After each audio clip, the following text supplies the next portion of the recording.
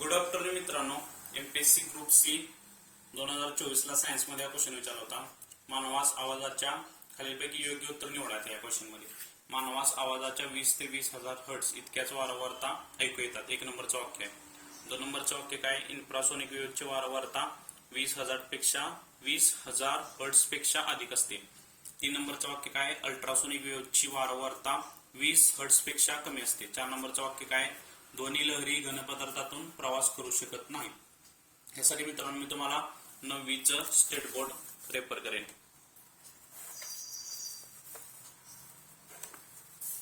विज्ञान आणि तंत्रज्ञान इयत्ता 9वी, चॅप्टर नंबर 12, ध्वनींचा अभ्यास. श्राव्य, अवश्राव्य आणि श्राव्यातील ध्वनी. तर काय दिले? मानवी कानाची ध्वनी ऐकण्याची मर्यादा 20 हर्ट्झ ते 20,000 हर्ट्झ इतके असते. म्हणजे 1 नंबरचं वाक्य काय?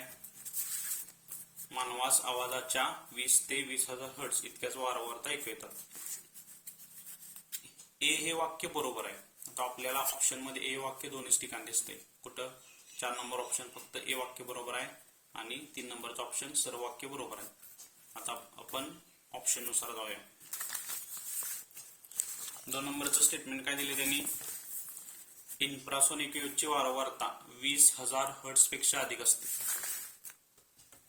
मित्रांनो, इन्फ्रासोनिक म्हणजे इन्फ्रासाउंडची वारंवारता ही 20 हर्ट्झ पेक्षा कमी असते. म्हणजे 2 नंबरचं स्टेटमेंट काय होणार? चुकीचं होणार. इन्फ्रासोनिकची किती? 20 हर्ट्झ पेक्षा कमी असते. त्यांनी अल्टरनेट स्टेटमेंट दिली. आणि अल्ट्रासोनिकची ही 20,000 पेक्षा जास्त असते. 20,000 हर्ट्झ पेक्षा अधिक वारंवारतेला काय म्हणायचं? अल्ट्रासाउंड. आणि 20 हर्ट्झ पेक्षा कमी जे आहे त्याला काय म्हणायचं? इन्फ्रासाउंड. इथं अल्टरनेट स्टेटमेंट त्यांनी दिलेलं आहे. त्यामुळे बी आणि सी वाक्य चुकीचे येणार. दोन्ही लहरी घनपदार्थातून प्रवेश करू शकतात का? करू शकतात. म्हणजे डी ही पण वाक्य चुकीचे येणार. तर ऑप्शन बघूया. डी वाक्य बरोबर आहे का नाही? सी डी बरोबर आहेत का नाही? अल्टरनेट स्टेटमेंट आहे. सर्व वाक्य बरोबर आहेत का नाही? 4 नंबर ऑप्शन काय आहे? फक्त ए हे वाक्य बरोबर आहे. म्हणजे काय? मानवाला आवाजात किती? 20 ते 20,000 हर्ट्झ इतक्याच वारंवारता ऐकू येतात. जर तुम्हाला तुमचा नीट स्टडी असेल, व्यवस्थित जर अभ्यास असेल तुमचा, तर ह्या एका स्टेटमेंट वरून तुम्ही ऑप्शन बघू शकताय. फक्त हे ए वाक्य बरोबर करू शकताय आणि तो तुमचा जो उरलेला वेळ आहे तो नेक्स्ट क्वेश्चन साठी तुम्ही देऊ शकता.